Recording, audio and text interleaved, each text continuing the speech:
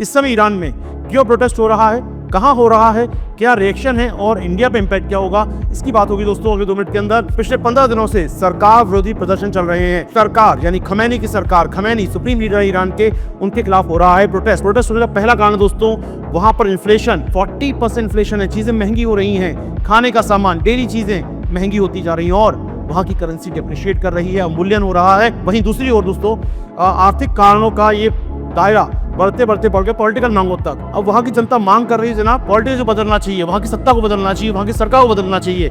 और ये बदलाव पहुंच गया है अब खमैनी को हटाने तक, ईरानी क्रांति को हटाने तक। कहां हो रहा है प्रोटेस्ट दोस्तों? 186 शहरों में, चाहे वो तेहरान हो, जरान हो, सभी शहरों तक ये प्रोटेस्ट पहुंच चुका है। 186 सिटीज तक सरकार अरेस्ट कर रही है, बंद गोलियां चल रही हैं, लोग मर रहे हैं। जी हां, अब तक माना गया है कि 686 लोग मर चुके हैं और 10,000 लोग गिरफ्तार हो चुके हैं। जी हां, 10,000 गिरफ्तार हैं। क्या है इसके पीछे? अमेरिका का हाथ। हालांकि अमेरिका स्पष्ट कर चुका है जनाब कि ईरान पे और टेंशन बढ़ेगी तो वो और विकल्प खोल सकता है। विकल्प मतलब क्या? ईरान के खिलाफ अमेरिका अटैक होगा। अमेरिका अटैक होगा तो ईरान का रिप्लाई क्या होगा? खमैनी की सरकार क्लियर कर चुकी है कि ट्रम्प ने अटैक किया अगर तो कोई इरादा नहीं लड़ने का, लेकिन लड़ना पड़ा तो पूरी तरह तैयार है। जी हाँ, यानी दुनिया एक और युद्ध की ओर आगे बढ़ सकती है, ये मानना है। हालांकि आज कुछ अपडेट हमारे पास और आए हैं, इसमें कहा गया है कि ईरान की सरकार तो निगोशिएट करने को भी तैयार है, बातचीत करने को तैयार है, उसने मंच खोल रखे हैं, वो अमेरिका से बात कर सकती है। वहीं अमेरिका के अंदर भी वहां के उपराष्ट्रपति वेंस साहब वो पहुंच गए हैं कहां पर? ट्रम्प से मिलने। उन्होंने कहा नहीं, अटैक से पहले डिप्लोमेसी का यूज किया जाए। दूसरी तरफ दुनिया के देश डरे हुए हैं।